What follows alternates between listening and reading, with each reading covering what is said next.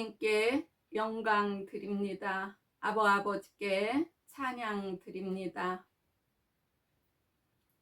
오늘도 여러분들을 만나 뵙게 되어서 반갑습니다. 오늘은 여러분들이 이 땅에 살지만 잘 알 수 없는 좀 더 깊은 영의 세계에 대해서 말씀드리려고 합니다. 말씀을 전할 때 저도 아는 데까지만 전하는 것입니다. 그리고 여러분들도 모르셔도 이렇게 이런 세계가 있구나 알기를 조금이나마 바랍니다. 하나님께서는 우리에게 영으로 다가오십니다. 그리고 우리 영에 하나님께서 거하십니다. 그러므로 우리가 영의 세계를 알지 못하면 이 땅에 사는 동안 온갖 어려움에 처합니다. 그럴 때 강하고 담대하게 대처하지 못하는 상황이 발생할 수 있습니다. 내 이름으로 거짓을 예언하는 선지자들의 말에 내가 꿈을 꾸었다 함을 내가 들었노라. 거짓을 예언하는 선지자들이 언제까지 이 마음을 품겠느냐. 그들은 그 마음에 간교한 것을 예언하느니라. 나 여호와가 말하노라. 보라, 거짓 꿈을 예언하여 이르며 거짓과 헛된 자만으로 내 백성을 미혹하게 하는 자를 내가 치리라. 내가 그들을 보내지 아니하였으며 명하지 아니하였나니 그들이 이 백성에게 아무 유익이 없다. 이렇게 성경에 기록되어 있습니다. 성령을 받고도 진리를 깨닫지 못하고 사단에게 틈을 주어 사단의 노예가 되어 있는 자도 있습니다. 귀신이 그 속에 들어가 돈 받으며 점치는 자들은 모두 화인 맞은 자들입니다. 예수를 믿는다고 하면서 이들에게 돈 갖다 주며 물어보는 자도 화인 맞은 자들입니다. 예수를 믿으면 오직 우리가 섬겨야 할 분은 살아계셔서 우리의 길을 인도하시며 지켜보시는 하나님 한 분이십니다. 우리가 어디를 가나 우리와 함께 하시며 우리의 가는 길을 인도해 주십니다. 우리는 우상 숭배에서 떠나야 됩니다. 탐심도 우상 숭배라고 하지 않았습니까? 요즘에는 우상 숭배가 어디 가서 빌고 점치고 그러는 분도 굉장히 많지만 탐심을 가진 우상 숭배하는 자들이 너무너무 많습니다. 특히 물질은 우리가 살아가면서 필요한 것입니다. 하지만 너무 지나치게 나에게 과한 물질은 오히려 해가 됩니다. 나의 쓸 것을 적당히 쓰고 많은 사람들을 돌아보는 것이, 나누어 주는 것이 우리 믿는 자가 행해야 될 본분입니다. 하나님께서 우리에게 가는 길을 두려워하지 말라고 하셨습니다. 놀라지 말라고 하셨습니다. 하나님께서 항상 우리와 함께 하시며 우리의 가는 길을 지켜주신다고 말씀하셨습니다. 제가 어떤 때에 새벽 기도를 가려고 하는데 방이 빙빙 막 도는 것이에요. 일어날 수가 없었어요. 그래서 그 자리에 펄썩 주저앉아 있으면서도 제가 막 하나님께 기도를 드렸습니다. 하나님, 이 악한 것들이 저를 짓누르는 데서 벗어나도록 저를 강하게 하여 주세요. 인도하여 주세요. 하나님, 저를 도와주세요. 제가 막 기도를 드리는데 어느새 그 사단의 세력이 떠나니 저는 자유해졌습니다.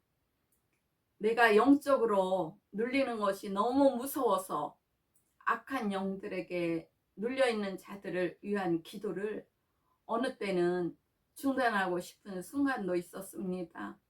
악한 영에 눌려있는 그 사람들을 위해서 제가 기도를 하면 저도 그 사람들처럼 그렇게 막 악한 영들이 저에게 와 짓누릅니다.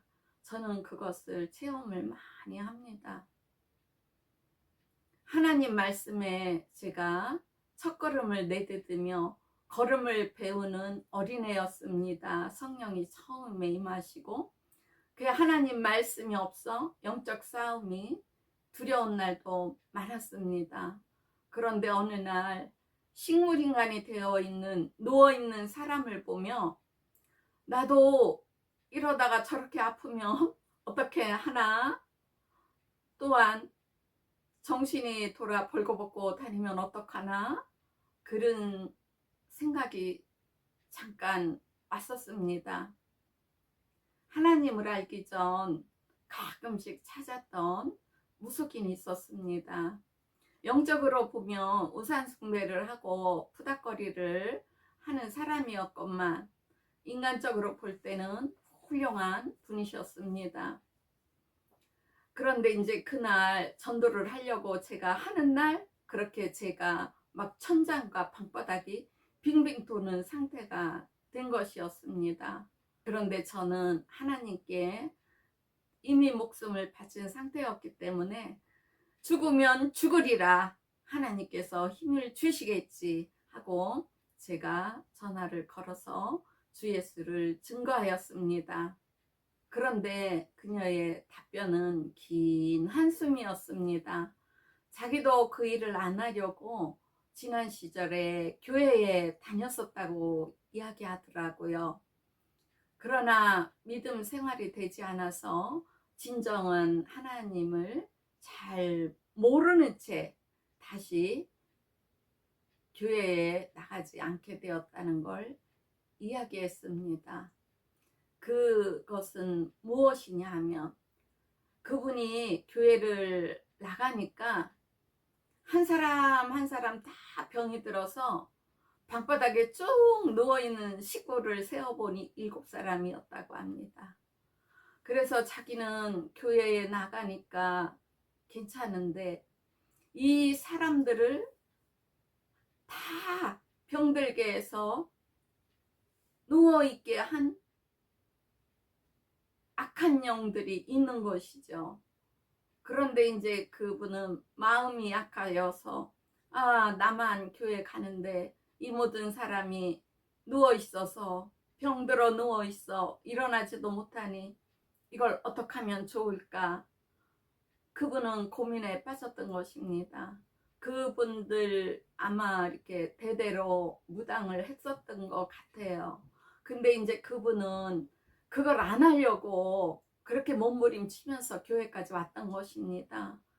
그런데 온 식구들이 다 아파서 7명이 방바닥에 쭈르륵 누워있는 것을 보니까 이분의 마음이 막 고민이 됐던 것이에요. 세상적으로 보면 이 사람은 자기 식구를 위해 사랑으로 희생을 하였습니다. 그러나 온 식구가 하나님 말씀에 무지하여 불구덩이를 향해 앙해가는 안타까운 모습이었습니다. 한숨 섞인 긴 사연을 그녀로부터 전해 들은 나의 안타까움은 이루 말할 수가 없었습니다. 살아계셔서 역사하시는 나사렛 예수에 대하여 증거하며 우리의 생명 되신 예수를 전하였습니다. 그녀가 교회 다닐 때 하나님을 몰라 영적인 것으로 인하여 육체의 어려움이 닥치니 하나님 말씀을 알지도 못한 채 교회를 떠났던 것이었습니다. 그러므로 믿는 우리는 서로에게 사랑으로 하나님 아는 지식을 가르쳐주며 올바르게 진리를 깨닫도록 도와주는 것이 교회 안에서 할 일이며 성도가 서로 교통하며 도우는 것입니다. 예수 이름 위에 믿음을 굳게 세워주며 고난과 역경과 핍박을 함께 나누며 하나님이 어떤 분이신지도 모르면서 이렇게 예수를 모르고 교회를 떠나가는 자가 없도록 교회 안에서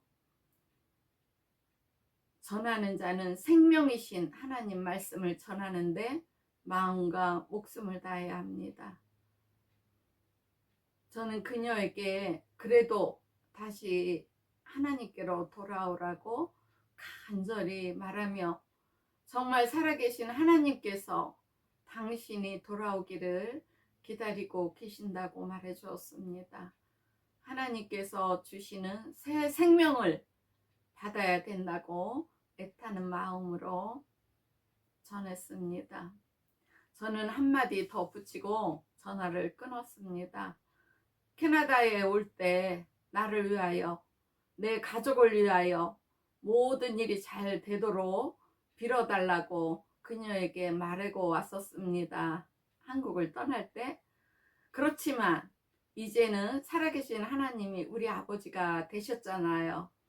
그래서 살아계셔서 역사하시는 하나님께서 내 아버지가 되셨으니 나와 내 가족을 위해 그만 빌라고 얘기했습니다.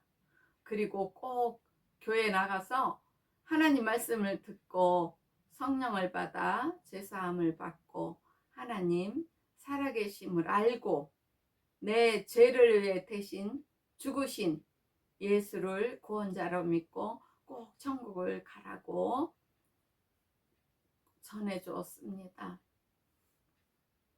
안타까운 통화를 끝냈으나 저는 마음이 굉장히 아프고 아렸습니다. 어떻게라도 그 사람이 하나님께로 다시 돌이키기를 간절히 기도했습니다. 이러한 상황인데도 가르치고 듣는 자들이 어찌 교만해야 하겠으며 무지해야 하겠습니까? 예수를 믿는다고 하면 성령을 받고 하나님 말씀을 읽고 깨달아 우리 모두가 전하는데 게으르지 말고 늘 깨어 기도하며 전도하는 삶이 되기를 축복합니다.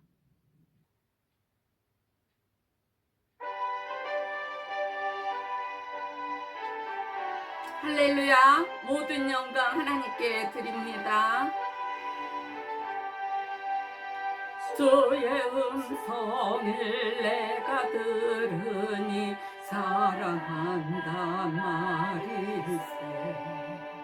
믿는 마음으로 주께 가오니 나를 영접하소서. 내가 매일 십자가 앞에 더 가까이 가오니 구세주의 흘린 법의 피로써 나를 정케 하소서. 주여 넓으신 은혜 베푸사 나를 받아주시고 나의 품은 뜻 주의 뜻같이 되게 하여 주소서. 내가 매일 십자가 앞에 더 가까이 가오니 구세주의 흘린 법의 피로써 나를 정케 하소서. 주의 보좌로 나갈 때에 어찌하니 기쁠까. 주의 얼굴을 항상 배우니 더욱 친근합니다. 내가 매일 십자가 앞에 더 가까이 가오니 구세주의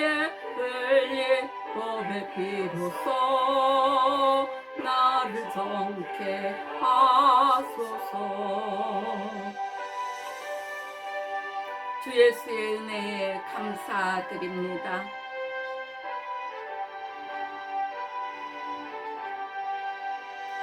우리 구주의 넓은 사랑을 증명할 자 없으며 주가 주시는 참된 기쁨도 헤아릴 수 없도다.